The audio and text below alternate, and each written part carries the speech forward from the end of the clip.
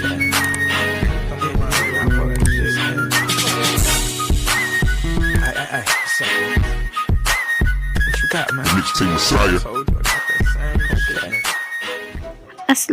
আলাইকুম আমার প্রাণ প্রিয় ভাই ও বোনেরা, তোমরা সবাই কেমন আছো? আজ তোমাদের সাথে আমি শেয়ার করতেছি পটলের দোরমা। চলো আমরা রেসিপিটি দেখে নেই।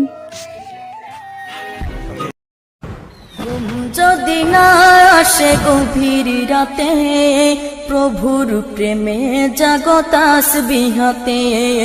ঘুম যদি না আসে গভীর রাতে, প্রভুর প্রেমে।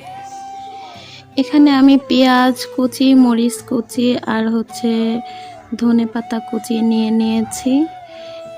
তো আমরা সাধারণত ডিম যেভাবে ভেজে খাই সেভাবেই আমি এটাকে এখন লবণ আর পেঁয়াজ, মরিচ, ধনেপাতা এগুলো দিয়ে একটু ফেটে নিব। তো এখন আমার মাখা হয়ে গেছে, লবণটা দিয়ে মেখে নিচ্ছি।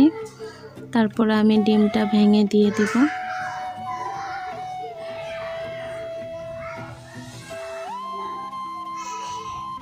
তো এগুলো আমি ভালোভাবে এখন ফেটে নেব।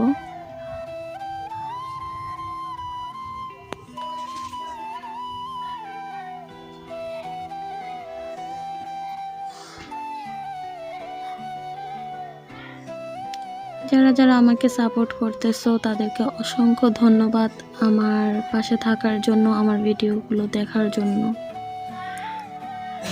তাদের জন্য অনেক অনেক দোয়া রইল। এখানে আমি দুইভাবে পটলগুলা ছুলে নিয়েছি।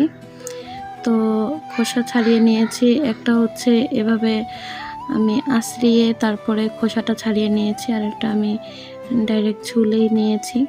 তো যেটা ছুলে নিয়েছি সেটা একটু নরম হয়েছে, যেমন এই যে এটা নরম হয়েছে। আর যেটা আমি আঁচড়িয়ে খোসা ফেলিয়েছি খোসা ফেলিয়েছি সেটা একটু শক্ত হয়েছে। তো ওইটাতে আমি বেটার মনে করলাম। তো আমার বাচ্চারা ওইভাবে খায় না, এই জন্য আমি এভাবে করেছি। তোমরা ওইভাবেই করবে, কারণ এভাবে একটু দেখতে খারাপ লাগে। তোমরা এইভাবেই করে নিবে, এভাবে সেচে ফালিয়ে নিবে। আর আমার বাচ্চারা ওইটা খেতে পছন্দ করে না বলে আমি এভাবে খোসা ছাড়িয়ে নিয়েছি। তো দুইভাবেই করতে পারো, যার যেমন ইচ্ছা। আর এগুলো তোমরা অবশ্যই ব্লেন্ডার করে নিবে, কারণ আমার সময় ছিল না, প্লাস আমার ব্লেন্ডারটা নষ্ট হয়ে গিয়েছিল, তাই আমি ব্লেন্ডার করতে পারিনি। আর দেখো এখানে আমি একটু ময়দা দিয়ে মুখটা বন্ধ করে নিলাম, তাড়াতাড়ি যাতে ভাজা হয়ে যায়। কারণ ওইভাবে যদি আমি মুখ বন্ধ করতে যাই তাহলে ডিমগুলো সব বের হয়ে যায়। এখানে আমি রসুন কুচি, পেঁয়াজ কুচি আর কাঁচামরিচ, সাথে একটা ডিম, করলা আর আলু কুচি নিয়ে নিয়েছি। এটা আমি ভাজি করব, করলা ভাজি করব ডিম দিয়ে। সেটাও কিভাবে করি দেখো, আমি একটু বেশি করে তেল নিয়ে নিয়েছি। তো এটার মধ্যে আমি এখন পটলগুলো ভেজে নিব। তারপরে ময়দার যেই ইয়াটা দিয়েছিলাম, মুখটা বন্ধ করে দিয়েছিলাম, সেগুলো আমি ছাড়িয়ে নেব। পটলের মুখ থেকে ময়দাগুলো ছাড়িয়ে নেব, তারপর আমি এটা রান্না করব। তো এখানে আমার দেখো ভাজা হয়ে গেছে। তো এগুলো আমি ঠান্ডা করে মুখের থেকে এগুলো ময়দাগুলো ছাড়িয়ে নেব। তারপরে এখানে আমি পেঁয়াজ কুচি, রসুন কুচি দিয়ে দিলাম, সাথে কাঁচামরিচও দিয়ে দিলাম একটু ধনিয়া ফাঁকি, দিয়ে দিলাম ডিম। তারপর এটাকে আমি একটু ভালো করে ভেজে আমি করলাগুলো দিয়ে দিলাম। তো যেই তেলগুলোতে আমি পটলটা ভেজে নিয়েছি, সেই তেলগুলোতে আমি করলা ভাজিটা করে নিচ্ছি। দেখো আমার কতটা তেল বেঁচে গিয়েছে। এভাবে তাড়াতাড়ি হয় করলাটা ভাজা।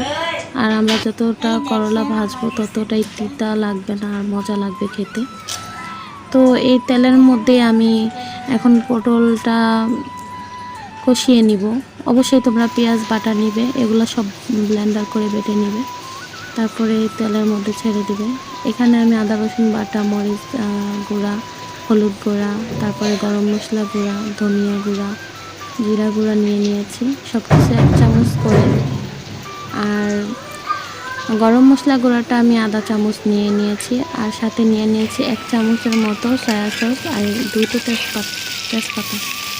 যদি আমার কথায় তোমার ভুল ত্রুটি হয়ে থাকে অবশ্যই ক্ষমার দৃষ্টিতে দেখবে। আসলে বাচ্চারাও দিক দিয়ে দুষ্টামি করতেছে, এই জন্য আমার ভয়েস দিতে কষ্ট হচ্ছে। তো আমি এখন দিয়ে দিলাম আদা রসুন বাটা। তো আদা রসুন আমি 50-50 নেই, মানে আধা কেজি আদা নিলে আধা কেজি রসুন নেই, এভাবে আমি ব্লেন্ডার করে রাখি সব সময়। তো ওইভাবে তোমরা নিতে পারো, বা অনেকে রসুনটা একটু বেশি খায়, রসুনটা একটু বেশি নিতে পারো, বা আলাদা করেও রাখতে পারো, ইচ্ছা যে যার যেমন ইচ্ছা। আর মশলার ব্যাপারটা এটা হচ্ছে যার যার মতো করে কম বেশি করে দেওয়া যায়। আসলে হলুদ মরিচ অনেকে কম খায়, বেশি খায়, ওটা যার যার মতো। তো এখানে আমি আমার পছন্দ মতো হলুদ মরিচ নিয়ে নিয়েছি, কারণ আমি মরিচটা কম খাই, হলুদটা একটু বেশি খাই এই জন্য, কারণ কালার না হলে আমার ভালো লাগে না তরকারির মধ্যে।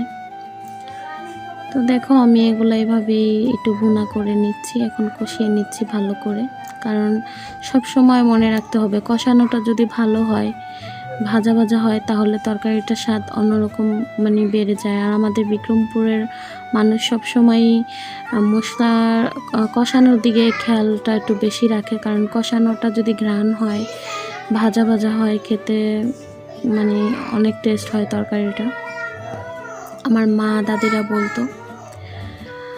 তো এখানে আমি পটলগুলো দিয়ে দিচ্ছি।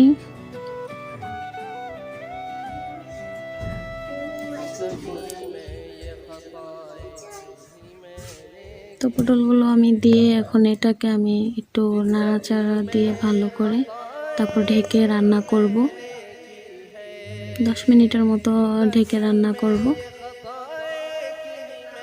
আর এদিকে আমি সুন্দর করে চুলাটা একটু সাফ করে নিলাম।